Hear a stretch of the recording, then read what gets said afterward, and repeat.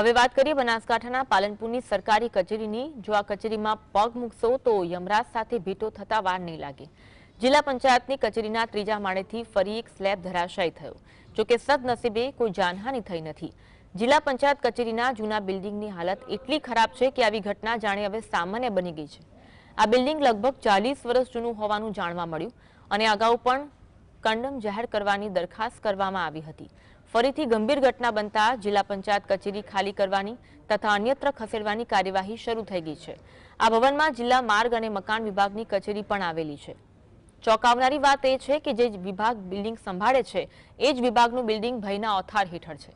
માર્ગ અને મકાન વિભાગના કાર્યપાલક ઇજનેરે કહ્યું કે બિલ્ડિંગનો અમુક ભાગ ખરાબ છે, જે તોડીને રિપેર કરવામાં આવશે। નવું બિલ્ડિંગ બનાવવા માટેની પ્રક્રિયા શરૂ થઈ ગઈ છે અને હાલની કચેરીના શિફ્ટિંગની કામગીરી ચાલુ છે।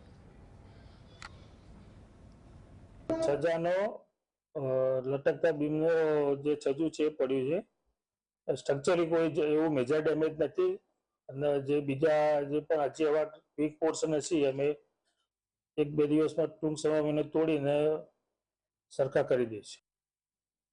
જવાબદારી તો અમારી ફિક્સ થાય। કેટલું જૂનું બિલ્ડિંગ કહી શકાય? બિલ્ડિંગ અંદાજે 45 વર્ષ પ્લસ જૂનું બિલ્ડિંગ।